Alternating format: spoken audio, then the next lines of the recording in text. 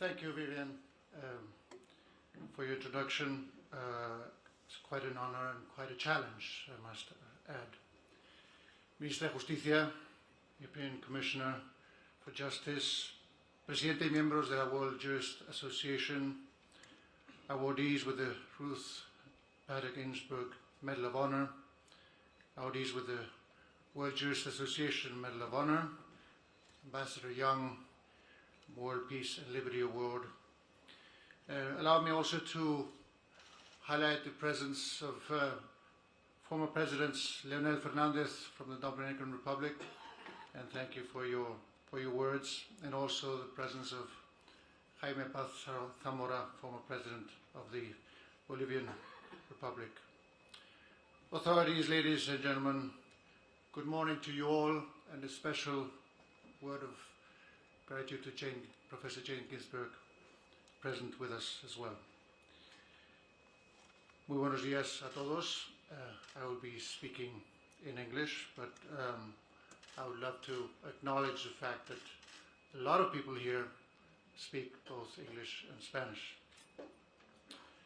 It is indeed just such a great pleasure to be with all of you once again, and to have listened to all the powerful words we've heard this morning in this event convened by the World Jurist Association, an event that focuses on so many different issues and ideas that are truly relevant to our lives and lie at the heart of what we all here firmly believe.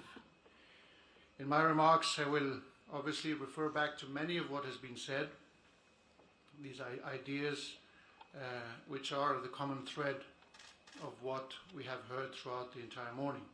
However, I would like to begin by conveying my most heartfelt congratulations to High Commissioner and Judge Navi Pillay, to Lady Brenda Hale, to Judge Asifa Kakar, to Imrana, Jalal, and Ambiga Sreenevasen,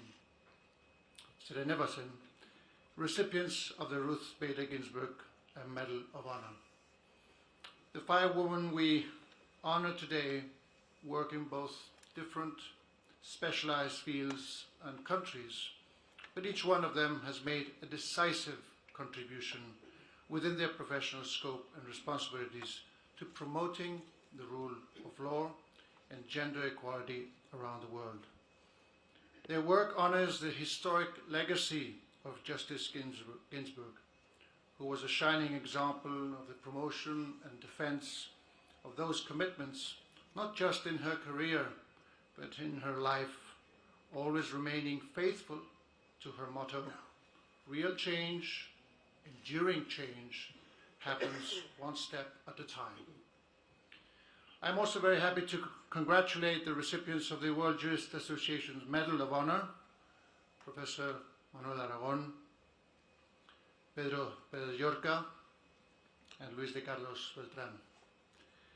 The medal recognizes the contributions of these three exceptional men as leading jurists who have devoted their lives to serving the law with rigor, dedication, and professionalism. They have taught and practiced law, upholding it as a fundamental aspect of their and all of our lives. Allow me here to refer specifically to Manuel Aragon. You will understand why. My dear Professor, you are now adding a new and well-deserved recognition to your long and extensive career, in which you remained very active to this very day. A few weeks ago, I celebrated, together with my class of 93 from the Autonomous University of Madrid, the 30th anniversary of our law degree. I cannot but recognize the role of Professor Aragon had, not only for me, my class, but for a whole generation or several generations of students in our deep learning and understanding of constitutional law. His teachings did not end when we graduated. To this day we continue to learn from him. The World Jurist Association honors today a brilliant and prolific jurist, a man who is committed to his country and to the profound essence of justice with a deep sense of duty. Thank you for sharing your wisdom with others. So now you understand why I went a bit at length to highlight this medal. Dear Ambassador Young, it has been an honor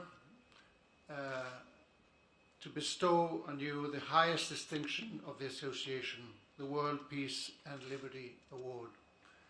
To meet you, to listen to your words, to know a bit more about your long and dedicated life has been both a lecture and a humbling experience. One step at a time, as Justice Ginsburg said.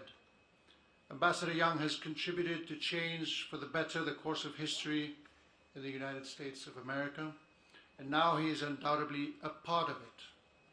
He did so through his own experience, through the efforts of a lifetime. His contribution, together with Dr. Martin Luther King Jr., in the fight against racial segregation in the United States is widely known. He himself suffered from it and was an active member in the fight for civil rights in his country, contributing to draft the 1964 Civil Rights Act and the 1965 Voting Rights Act. As the U.S. Ambassador to the United Nations, he also promoted the defense of human rights and the progress in peace of developing countries. Service to others has defined his career, during which he has held several positions, as we have heard, Mayor of Atlanta and Senator of the state of Georgia, always with a spirit of humility, pacifism, and serenity, always acting based on his convictions, on doing what was right, on helping others. President Carter honored him with the Presidential Medal of Freedom, the highest civilian award in his country. This new recognition today is an excellent opportunity to study and learn from his work and his legacy outside of the United States. Congratulations, Ambassador Young. To all those who we recognize today their many merits, it is an honor to have you here in Spain, in Madrid. 9 magnificent careers, 9 formidable examples of personal commitment to the law, to the rule of law, and to defending human and civil rights. Congratulations, and forever we thank you for your work and for your example. Ladies and gentlemen, we find ourselves today in this magnificent new Rule of Law Digital Center in Madrid that now opens shop in our nation's capital. We're proud to have you among us and to be your hosts. And what a great day to inaugurate it. In a few moments, I hope to have an opportunity to visit a little more in detail. But I think we can safely agree that it truly represents yet another step of the international legal community to move ahead, to adapt and adequate its capabilities through digital media in order to stay on course for the cause of justice and sail through these rapidly changing times. Madrid thus becomes one of the great world capitals for the law and a point of encounter open to conversation and dialogue. Created by the World Law Foundation and the World Jurist Association, with the support of the law firm Cremades y Calo Sotelo, its objective is to promote and to educate about the fundamental principles of the rule of law, especially in today's digital world. This new space will be the setting for an ongoing campaign to defend peace and freedom, with the law as the most fundamental tool for success. We welcome, we value, we acknowledge initiatives like this one because it is also through them that step by step we can achieve great things. Ladies and gentlemen, today on such a special occasion, one of homage and celebration, the next World Law Congress has been presented. New York takes the baton from Barranquilla, Colombia, next July to host the 28th edition, coinciding with the 60th anniversary of the association, for which I offer in advance my sincere congratulations. And we all do here, and wish them great luck and success. For 60 years, the association has carried out exceptional work, mobilizing the international legal community in a global campaign to promote governance of laws, not of men, the rule of law, not the rule of arbitrary decisions, authoritarianism, and brute force, the rule of law, not tyranny. Now is a good moment to remember that the creation of the World Jurist Association took place at the height of the Cold War to promote an idea that remains extraordinarily relevant. Only under a governance of laws, under the protection of the law, can we guarantee that citizens and their nations will be able to live in peace and freedom. Three great leaders, as you well know: Charles Ryan, President of the American Bar Association; Earl Warren, Chief Justice of the Supreme Court of the United States; and Sir Winston Churchill, launched this great global campaign. Since 2019, for the first time, a Spaniard presides over this American organization, Javier Cremades. It is certainly a great source of pride. This year, the World Law Congress returns to the country where the association was born, the United States of America. The association plays a priceless international role in promoting this ideal, fostering a worldwide conversation about law involving Chief Justices of Supreme Courts and Constitutional Courts, Attorney General, lawyers, law professors and activists, students, all dedicated to the law. Mutual learning and the exchange of ideas and legal concepts is crucial in order to build a global legal consensus based on and thereby recognizing the inherent dignity of all people. Now that more than a year has passed since the Russian invasion of Ukraine began, the motto of this Congress becomes a call to embrace the law in an increasingly tumultuous world. The repercussions and the worldwide impact of this conflict are obviously affecting international peace and security. Democracy itself is also seriously affected.